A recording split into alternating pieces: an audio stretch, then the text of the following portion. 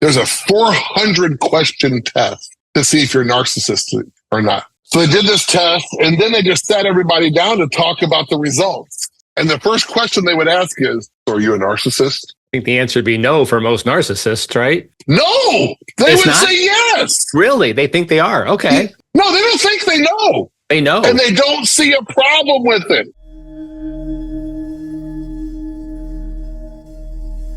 Hey, Jamie, how you doing today?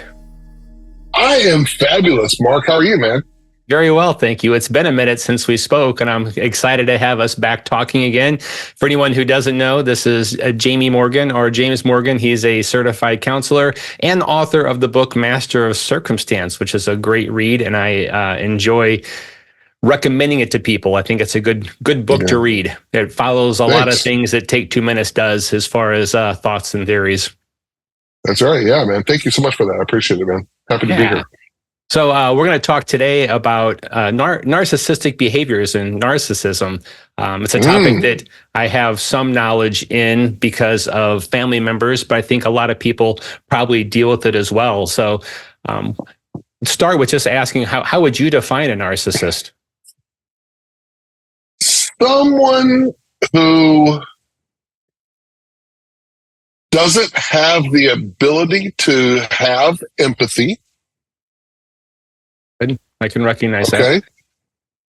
And is really just self-serving. Like everything goes through the lens of what about me? Right? So that's how I would describe it. Here's what's interesting. I'll ask you a question. Sure. What's the percentage of the population are narcissists? Oh, I don't think I would actually know that. I would guess it. Wow, let me think about this for a second. Maybe upwards of 20%, 15, 20%? Too high? 0.5. Okay, I'm way off. Up to the highest limit is 5%. Okay. That's good to know. So there's a lot of people who may be categorized as narcissists. And actually, to that, I think there's a book called The Sociopath Next Door that says everybody can demonstrate narcissistic behaviors. So there's probably a difference between demonstrating narcissistic behaviors and being a narcissist. So if we break down by my definition, it's just being selfish. Selfish and self-centered. That's a narcissist. So someone could do that. Someone could demonstrate that periodically without being a narcissist, though. Yeah, I think why you would even say the percentage is 20%. I think a lot of people would say a lot more, right? I think part of that is because there's so many selfish people nowadays. We're told what's your truth, and there's no your truth or my truth. There's just truth. Right. But well, what about me? And how am I supposed to manage this? And yeah, I know you, but what about? Right. And I think that's why, every person that comes in here, that's not fair. That's not fair. Not every person. A lot of people that come in that are going through a divorce. Oh, yeah, man, my husband's narcissistic. Or my wife is narcissistic. It's really just a buzzword right now. It seems like, right? But the percentage, like I said, 0.5 to 5% of the population is narcissistic. Now, here's what's really interesting. There's a 400 question test to see if you're narcissistic or not. Okay? Here's where it gets really cool. So they did this test, and then they just sat everybody down to talk about the results. And the first question they would ask is, are you a narcissist? I think the answer would be no for most narcissists, right? No! They would say yes! Really? They think they are? Okay. No, they don't think they know. They know. And they don't see a problem with it. So that's a good question. If you believe someone might be a narcissist, do you think it's good or bad to ask them or call them out about it? I don't think you should call them out necessarily, right? But you should ask them. Hey, do you think you're a narcissist? Well, yeah, what's wrong with that? I mean, like who else is going to worry about me? So it was like, I'm telling you, it was as accurate as the 400 question test. Just to ask them, hey, are you a narcissist? Well, yeah, of course I am. That's So you don't need the 400. You don't need the 400 question test. You just need to ask them.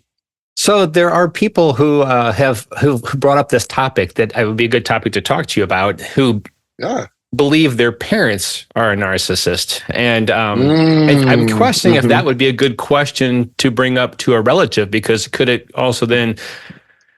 So do you think there are narcissists who do not believe they're narcissists? Would that cause friction at that point in time because they don't believe they are? Well, okay. So then you would have to look at the evidence, right? Do they have the ability to care for someone else? Empathy, right?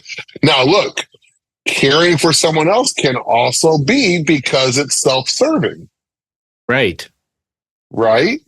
So that can, again, it can be, but to show empathy, that's really the distinction there. Show empathy. So someone can be someone who, if they're showing empathy, they're not considered a narcissist then. They're not necessarily a narcissist at that point, right? Because because a narcissist doesn't have the ability to show empathy. Because again, and you got to understand, right? Narcissistic behavior, again, it's just really selfish behavior, right? And a lot of people, I mean, quite frankly, a lot of people are selfish. And again, we all, I believe, have some level of narcissism to us, because it has to be like, who's going to look out for me necessarily? So, but that's not narcissistic. That's just self-preservation. Narcissistic is, damn everyone else. This is what I'm doing. We listened to an audiobook in the car one time while driving. The whole family did. And I remember one of the points the author made was a narcissist will see you as a chair, an object. And just something to use. That's right. That goes back to your empathy thing. If they see you as a chair and just use you, that's probably a good sign of a narcissist. That's right. Yeah. Yeah. If they, and to have the ability to have empathy, you know, that's not consistent with someone who's narcissistic. You know, and I think that's the hard part about parenting. You know, like if your parents are, if you believe they're narcissistic, you know, they can just be immature. Like so I think that's another thing, right? I think immaturity can show up as narcissistic, right? Because again, someone who's immature is typically selfish, self-centered. They only think about how things are going to go for them. They're the people that will say, when you say, man, you know, today was such a hard day. My boss was just, oh, I know, man. My boss is horrible. They don't even hear what you had to say. They want to talk about what's going on with them. So that's a narcissistic behavior, or someone who classifies as a narcissist, you think? No, I think that's just more selfish and self-centered. I don't think that but see, that's what I'm saying though. Right. People will go to, narcissists. They always talk about themselves. That's not necessarily narcissistic. They might just be immature or selfish. That's a good point too, because I'm thinking of all kinds of questions I want to ask now, but this is good to hear these things. Yeah, that's fine. Good, man. No, so differentiating between someone who's childish and selfish and a narcissist, we can go back to the empathy thing. If they can show empathy, they're not truly a narcissist. But do you think there's a spectrum? You think there's someone who is more so like a narcissist but still can show empathy, or is it more black and white for the naming of it? For me, just my experience, right, is I think it's just pretty black and white as far as diagnostic criteria. I mean, I could look up the DSM-5, you know, I could look up the DSM-5. So one of my friends who I talk to often, we talk about narcissistic behaviors, and it seems like some of the people that may be discussed are more showing behaviors like a narcissist than being a true narcissist. And I know he talks about how he cuts the people out of his life he believes are a narcissist. So a narcissist is going to use people. They want to find, I think the term is caretakers. They want to find someone who's going to meet their needs and be a caretaker for them and kind of, do what they want them to do. And if you're not a caretaker for a narcissist, then you are not needed by the narcissist. I think you're reading right now. I'm just listening. I'm listening to you as well, but I'm also trying to gather this. Okay, so here's the DSM-5 criteria. Now, understand. So it looks like they revised it here. So hold on. So the essential features of a personality disorder, because that's what it's called, right? The narcissistic personality disorder, right? So that's just a personality disorder. That's not what I wanted. Gosh darn it. Criteria, blah, blah, blah, blah, blah. A pervasive pattern of grandiosity, need for admiration, lack of empathy with interpersonal entitlement, exploitiveness, arrogance, and envy. It does describe a couple people I would question, definitely. 3, 4, 5, 6, 7. And yeah, so that's really, that's what it is. So if you have someone who you're in a relationship with, spouse, who truly does follow some of these things, or parent, spouse or parent, let's just use those two as examples. Do you have suggestions on how to navigate that relationship? Yeah, man. I mean, you got to have very clear expectations and very clear boundaries. I'm not saying that you can't love someone who's narcissistic, right? Especially if it's a parent. I mean, as a child, you might still love your parent who's still like that, though. So that's not that you wouldn't love a spouse. I'm just saying sometimes, right? The parent, because the spouse, you get a choice. So you're like, I'm not doing that anymore, or whatever. You right? could, yeah. You could, yeah. But you can do the same thing with the parent if you really wanted to, right? I mean, that's whatever. That's on you if you want to do that. That's a reasonable response as well. If there's no desire to change it, because when you think about personality disorders, boy, that's a little bit deeper down in there, right? However, I believe about personality disorders that, a lot of them can be managed. I don't know that they can necessarily be cured, but they can be managed through, psychopharmaceuticals and therapy, right? So, having a narcissist be able to identify, okay, so I am, and I don't want to be this way. It's just, you have to help them. You have to create in them a hyper awareness about that, right? And you're going to have to really set expectations for yourself and their relationship that this is what their tendency is going to be. So I can get really clear about what I expect from them, what I can count on them for, and what I can count on them not to do. And those are both positive and negative, right? Right. There's a person in my life that, I could pretty much count on this person to not follow through with the plans that they make. Okay. Right? Like, hey, you want to come over Friday? I do. That sounds great. And then Friday comes along, oh man, I didn't sleep good. Or, oh, my stomach's upset. Or, oh, I don't feel good. Or I didn't, whatever. There was so it got to the point where whenever this person would make plans with us, we would just say, yeah, okay. But we would still just make other plans. Right. Knowing that they're not, and then when they would before when they would back out or whatever, right? We would get upset about that. Worked up, been out of shape, if you will. Right. And that's our fault because we should have known that that's what's going to happen. So when you accept, right, get clear about the expectations. When you accept this is just who they are, then you can learn how to manage it and deal with it on your end. They may never change. Okay, well, if they're not going to change, now I get to decide what level of relationship do I want with this person. Right? And again, setting clear expectations.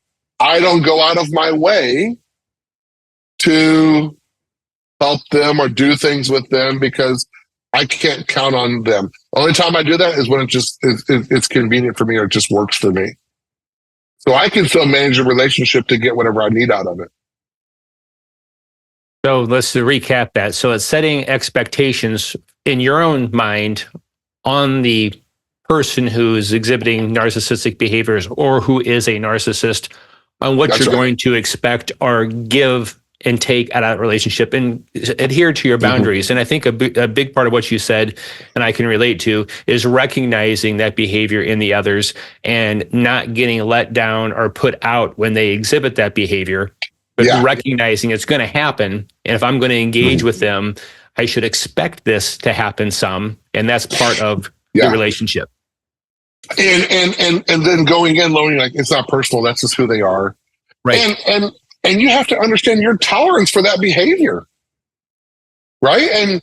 And you may be okay with it, or this may be something that really, like, I hate this word trigger, right? That might be something that triggers you, gets you all worked up. Well then, okay, I gotta have more of a boundary between me and them now. And it can probably ebb and flow a little bit depending on how long you've been away. My personal experience with this is, because as human beings, we're very nostalgic. We love nostalgia.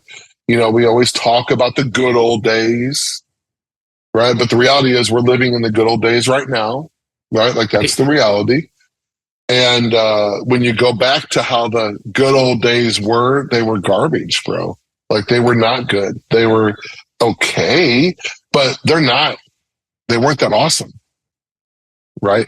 They had their own set of problems. You just have a different set of problems now. Right. Right? So, we set that boundary with that narcissist where we're like got this arm's length where we're dealing with them at arm's length, right? And maybe we haven't talked to them for a few months.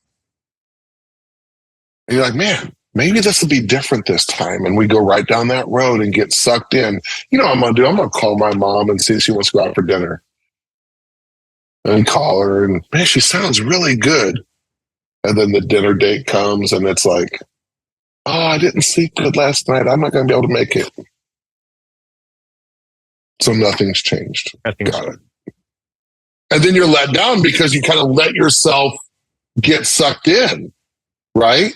So you got to be hyper aware, Mark, about what they're capable of. Right. So that's tough, man, because, you don't get to pick your family, right? You don't get to pick who you're tied to necessarily, but you do get to pick how much of a relationship you have with them. And your boundaries in that relationship. That's right. And dude, narcissists do not like boundaries. They don't. No. Oh, boy, you want to get them fired up. You start telling them what they can and can't do. Boy, that will activate them quick. Right? So again, that's where the give and take, and you got to know the relationship, and you just got to know. So you may not even share your boundaries with them. You may just have to know it here and like, all right, well, I'm going to let you go and hang up because I don't want to talk about all this other stuff that has nothing to do with what I'm concerned with. Right. And I recognize some of those things. Just the topics you're touching on are recognizable. Yeah, it's hard, man. It's hard dealing with it, because we have this, I'm going to call it this. We have this delusion that the best relationship we should have is with our mom and our dad. Or even just take it to like the step, our family. Right. I would say delusion or even hopefulness, one of the two. It's kind of a... Well, it's both. It ebbs and it's both of those. Those are intertwined, right? Because it's a delusion and it is hope. It's like, gosh, man, this is my family. Because there's the belief. This is my family. They shouldn't do this. Right. No, just because they're your family doesn't mean anything. They're still human beings. And if that's their tendency, well, shame on you for believing that they would be different. I put out a video right around the holidays about how to set boundaries at holidays. Like, it's okay not to let the drunk uncle come over if you don't drink at your house. It's okay to do the things that you're right. It's like, hey, I want to do this. I don't want this at my house. I don't want to manage that. They won't like it. Well, we always have all the family together. Well, we're not going to do that this year. That's okay. So if you guys want to have Uncle Jerry come over, well, then you guys can have Uncle Jerry at your house. Because I don't want him around my kids, or I don't want that at my house, or whatever the case is. To promote you a little bit, if somebody wanted to watch that video, where do they go to view it? Yeah, that would be on the Master of Circumstance Facebook page or the My Family Counseling Facebook page. Yeah. Awesome. Good. Yeah, because someone might want to watch that video. Yeah, it's pretty good, man. Yeah. Do you think the word narcissist has been more used or more recognized in the last decade than it was previously? I mean, you go back. Absolutely. Yeah, I don't think I heard the term used much like in the 90s or early 2000s at all, and it's become quite a predominant term. So there's two things that have really, really grown a lot in popularity, right? Is narcissist and gaslighting. Right. But you know what I think that is, really? I think that comes with more people going to therapy. Very well could be, yes. Yeah, right? Because, therapy wasn't a thing 20 years ago. When we were growing up, Mark, I mean, we're both in our 50s, 53 right here, right? So when we were growing up... I'm 38, sorry. Yeah, I'm sorry. I'm so confused. I was just... Right. So when we were growing up, no one went to... You didn't go to therapy unless you were crazy. Right. And that's what... that was the term was used. It's like, well, I'm not crazy. Why would I go to therapy? Right? Like, that was how it was viewed, right? It was unheard of back then, definitely. It was unheard of back then. So the idea of going to therapy, it's really gained a lot of acceptance now. And I think the problem is we've kind of swung the pendulum so far over. Before it was screw your feelings, nobody cares. Well, now it's your feelings are everything. Well, that's probably not good either. There's probably a happy ground here in the middle where, yeah, your feelings matter, but like also you got to kind of suck it up a little bit, right? So that's a conversation for another day. But when you look at like the acceptance of like the idea of going to therapy and the willingness of people to go to therapy, exponentially higher. I have 10 therapists in my office total. We're all full and have wait lists, and the phone doesn't stop ringing. Like, there's not enough therapists out there. Wow. Right? So I think people going to therapy, learning about this stuff, it's like, I had no idea gaslighting was even a thing. But it's a thing. I didn't even know, because, we love describing. That's what I was going to get to. It seems like there's a word or term for everything these days, too. That's right. And we love that, right? Because now it's like, oh, I know what that is now. Instead of just thinking I'm the one who's the problem. It's like, no, he's the problem or she's the problem because she's narcissistic. She's not narcissistic, but she has some behaviors that could be considered narcissistic, but she's not a true narcissist. Again, there's very, very few true narcissists. Right. Right. 0.5 to 5%, right? 0.5 to 5%, man. So that's a pretty low number. It is. I mean, I don't know what that would work out to the population because they're out there. There's no doubt they're out there. It wouldn't be in the DSM-5 if they weren't out there, right? But they're not as prevalent. I think it's just people are just immature and selfish more than anything. Right. But look, that's what we're dealing with right now when we're told that, well, your feelings matter and what you want to do and just live your life and your truth and all that stuff. Again, I think that goes, it's too far. The only way that things work is when we care about each other. Right. That's what really makes it work. Yes. Right. Like, again, and I know we sound like the old guys, right? And when we were growing up, you knew all the neighbors. You knew everybody. That's Mrs. Jones. That's Mrs. Smith. Everybody knew everybody. Today's world, you couldn't probably name 2 neighbors on your entire street. I could not. No, unfortunately. I mean, probably don't even know the guy next door's name.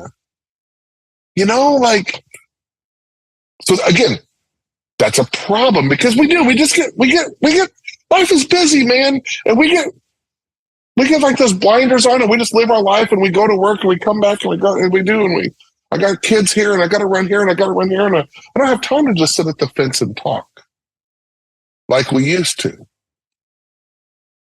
I saw this the other day. I think it's so good. It's like, your neighbor isn't as bad as you're told. Turn the TV off and go outside and talk to them. It seems like, and I don't know if it's just my life or our lives are common all over the place, but it does seem like we're all so busy that we don't make time for that kind of stuff often. Is that outside of my scope? Is that, you think that's a whole population's like that right now, or a large part of it? I think it's, yeah, hey, I'm going to step on a landmine here. When we started breaking up the nuclear family and women started going to work, all that did is increase the tax base, which increased the money, which increased prices of things.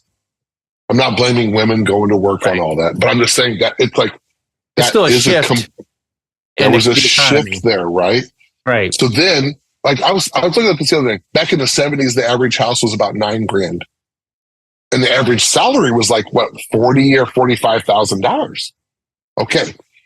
When you shift now to today, average house is $325,000 or $350,000, but the average salary is only $60,000 or $65,000. Right.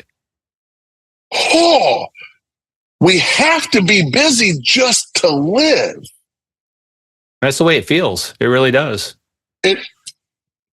If you're not producing with the price of everything, it's not even about keeping up with the Joneses anymore. It's how do I put gas in my car, food on the table, and go to a movie every once in a while? Right.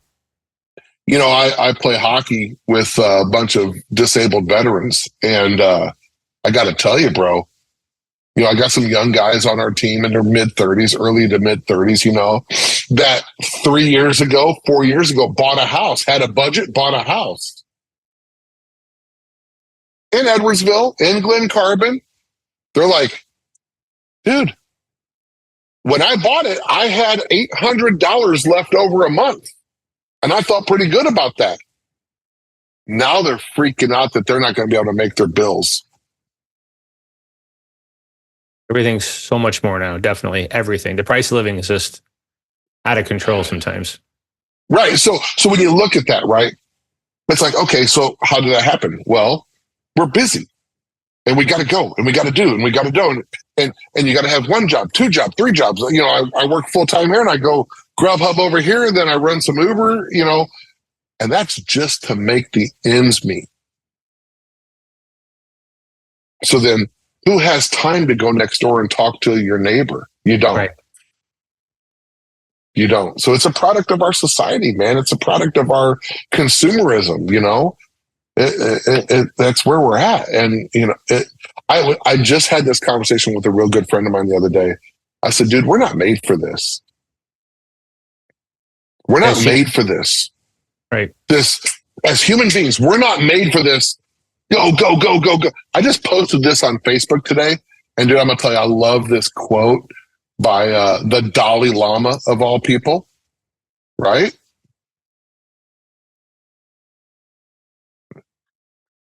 The Dalai Lama, when asked what surprised him most about humanity, answered, man, because he sacrifices his health in order to make money. Then he sacrifices money to recuperate his health. Right. And then he is so anxious about the future that he does not enjoy the present. The result being that he does not live in the present or the future. He lives as if he is never going to die and then dies having never really lived. Wow. That's good. That's good. So two things on that. We all got to take more time for ourselves, whether it's through therapy, which obviously I'm really glad therapy is more recognized and accepted because a lot of people can get value out of that. And then also got to give a obviously plug. Take 2 minutes has all kinds of activities to help you calm down, focus on the present, and get out of the hustle and bustle of real life. Whether you, even if you don't use Take 2 minutes, there's still meditations. There's all kinds of things you can do, and you can meditate for 2, 3, 4, 5 minutes at a time. If you do it consistently, it's still going to help you get into a better state. We've obviously digressed a bit from narcissistic behaviors into just calming and life behaviors. So I think it's a good conversation. And I think it's beneficial for a lot of people. Yeah, I agree. I think so too. And, you know, I tell my clients, I promote Take 2 minutes all the time, right? I love the feature that you send me the text. And if throughout my day, I start getting worked up, ground me. Yes. Meditate. Right? I can just send it back to you, and then you're going to send me something. What a great feature. That is so incredibly helpful to have that resource at the tip of my finger. It's about taking time for yourself. That's what it comes down to. That end of our discussion is all about that. It's about taking time in the hustle and bustle for your own mental well-being so you're in a better state. Self-care is not selfish. It's actually selfless. True. Because I do self-care so that I'm the best I can be for you. Important. I appreciate the conversation, Jamie. Thank you as always. I look forward to our next time. Yeah, man. Thanks. Good. Have a good day, man. Thanks for listening. I hope you found that discussion helpful and interesting. If there are any topics you would like to hear discussed, head over to take2minutes.org and use the contact us form to submit your suggestions. Also, if you appreciate our content, sign up for an account at take2minutes.org. Subscriptions help us to continue generating new content. Thanks again.